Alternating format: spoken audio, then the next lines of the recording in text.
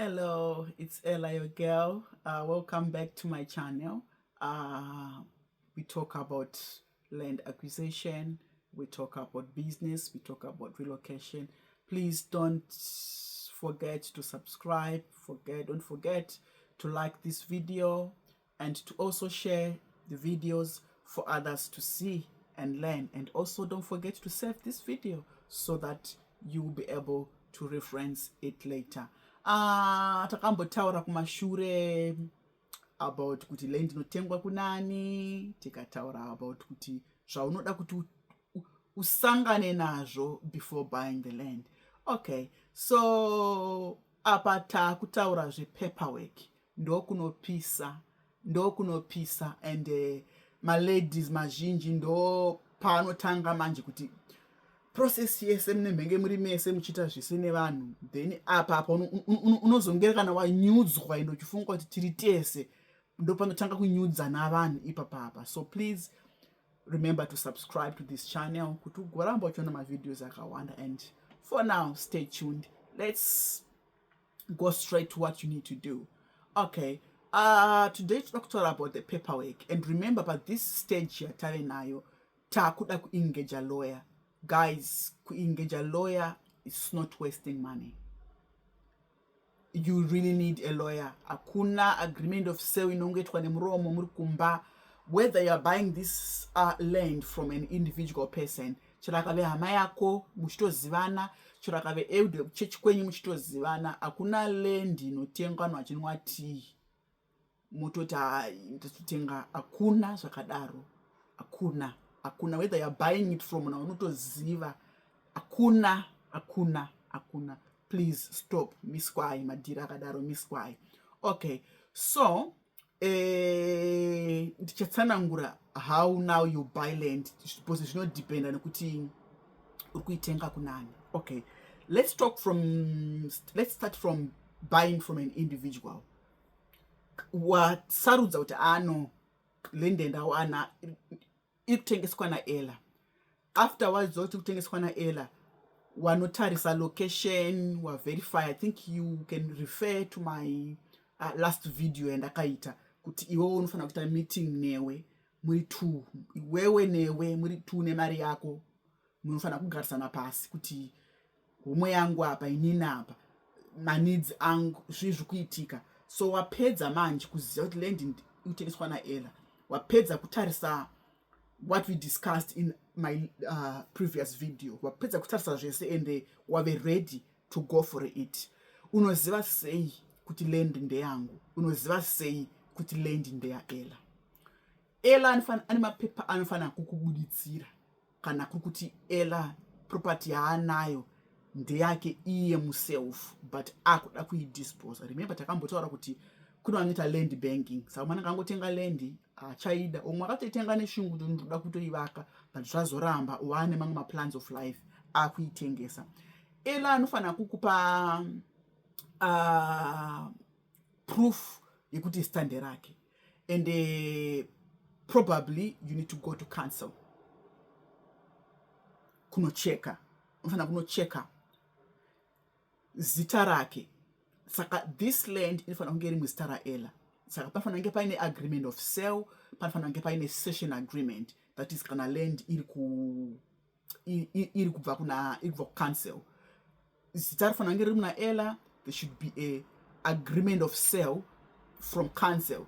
And you also need to know kuti stand iri transferable here, because kune mamwe mastand ekucouncil asingachinjike mazita, kune mamwe mastand ekucouncil anochinjika mazita. So you really need to know now kuverify kuti okay, land ndeyaElla here, land yacho Ella necouncil vakapedzerana here. You also need to know kuti ana zvikwereti zvainazvo here kucouncil kwacho.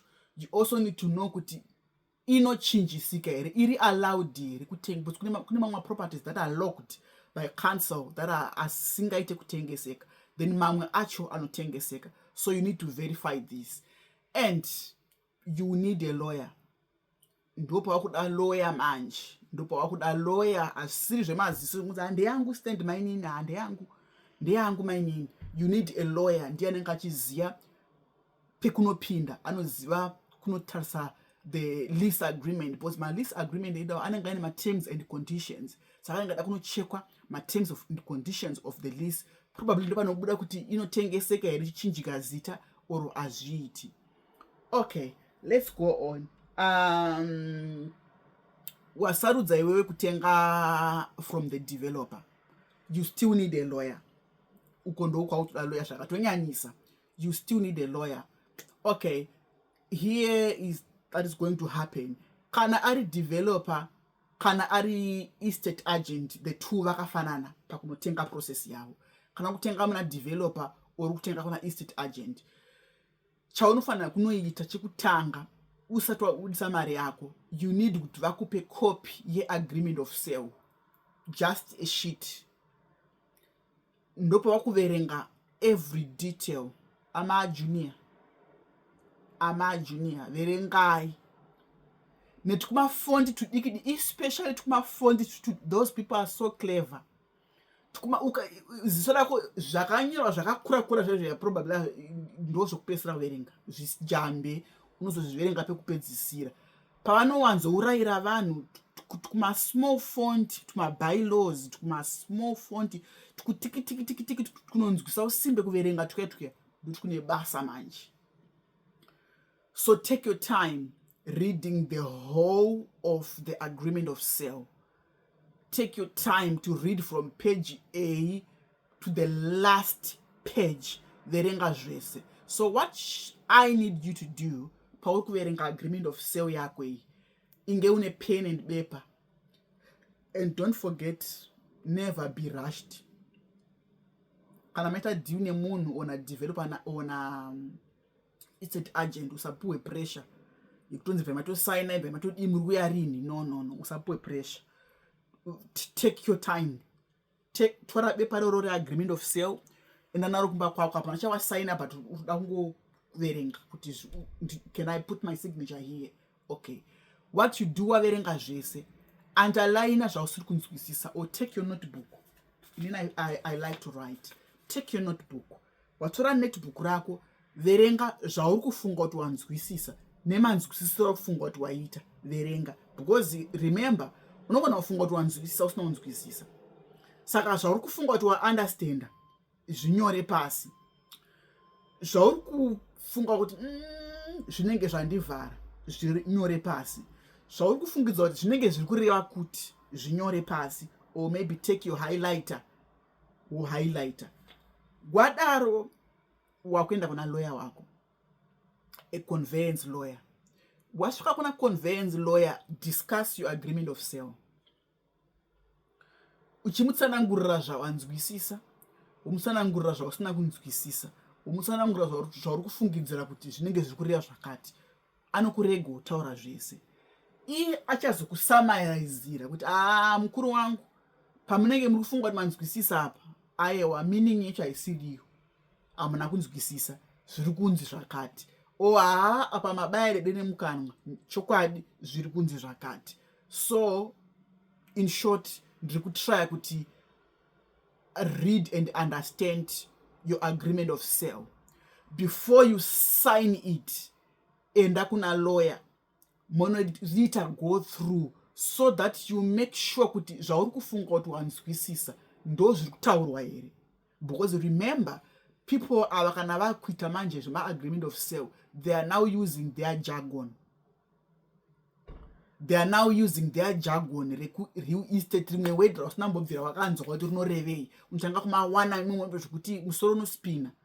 Ndosaka ndati riverenge wotakura zvawafunga kuti wanzwisisa, enda naro kuna lawyer, moita conversation until wanyatsoona zveshuwa apa ndanzwisisa zveshuwa ndakuziva. Okay, then wanzwisisa about that agreement of sale, wakupa go ahead lawyer wako kuti acheke paperwork ya developer or ya estate agent. Paperwork ingeda kuchekwa inenge yaye compliance.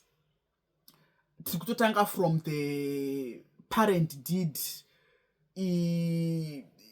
development certificate. There are a lot of certificates todiwa, but iwosa ama junior haugoni chero ukadziziva nemazita but ukairatidzwa you can't verify kuti ndeyechokwadi here, because remember mapepa yanogona kubikirwa. So sometimes having a list kuti parikuda title, parikuda parent deed, parikuda agreement of sale, parikuda subdivision permit, parikuda development permit, dispensation permit, unogona ngochizviziva nemusoro wako kutoti wakangwara-ngwara uri kuzviziva nemazita azvo, but it might not make sense because hauzivi kuti zviri genuine here. Ndo parikuda lawyer man. Saka iwewe ndati unoperera pakunzwisisa agreement of sale yako uku kusapinde nekudzika. Of course no kuti mapepa acho aripo akakwana here, but remember you can't verify kuti ndeyechokwadi here. Lawyer man ndo panoita step into, anegona kuenda kutitle deeds kunocheka, kumaofisi ematitle deeds anogona kunocheka. Lawyer anogona kunocheka compliance certificate kuti rafailiwa ririko here, because remember pese panoitwa matransaction aya pane macopies anosara nono ekuti a lawyer can go and check the file. Lawyer anenge aine right rekuenda and check the file. And remember, this is not every lawyer. Tikutaura anonzi conveyance lawyer. Kana tichitora zveland tikutaura neanonzi conveyance lawyer. Ndiye aunonida kuti akuverifyire kuti parent deed riripo rere nderechokwadi here, harina maissues here, subdivision permit iripo iri valid here, ende vakateedzera zviri kudiwa here, compliance certificate iri ndo panofira vanhu, especially compliance certificate up, because remember kune mamwe maland anenge achitengeswa but compliance inenge isati yavapo. Vanenge vachiri kuita roadworks, vanenge vachiri kuita sewer drainage, vanenge vachiri kuita water reticulation. Amajunior matotenga stand yenyu nekutotanga kutonovaka, hakuna drainage, hakuna chinyi, hakuna compliance. Ndo pamunozoputsirwa paya mositanga kuti yekanzoro yakaipa, yenge isingaone here, vanhu vasizozenge vasingazovaka, zvakazenge zvazodini, motanga kutaura kwamusina uswera. But it's because you hauna kufambisa zvinhu negwara.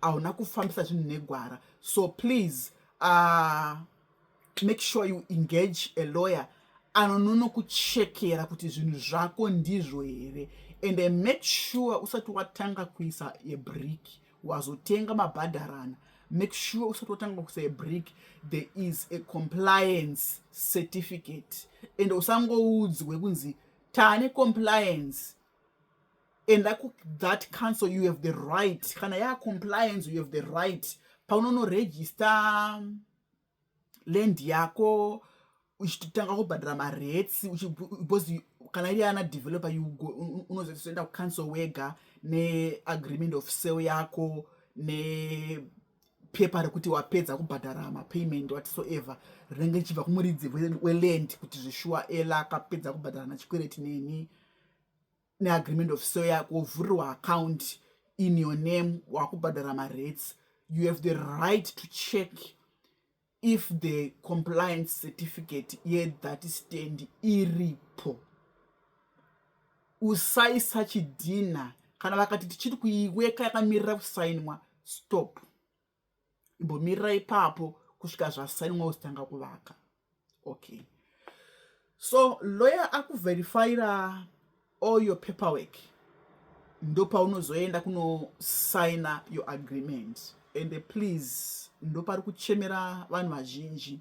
I have seen sad stories, I have seen frustrating stories, I have seen nyaya dzinorwadza. I am a lady, I go to work, and it's so touching kuti you go to work, you work, wasvika pamwe muri mese nahabi, pamwe uri kubasikwa nebrother yako, wasvika apa you lose your money pa agreement of sale.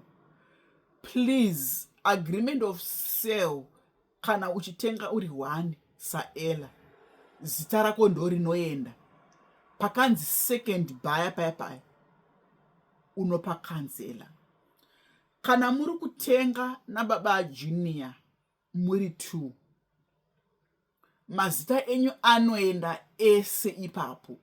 Agreement of sale inoto yakatoti first buyer, second buyer.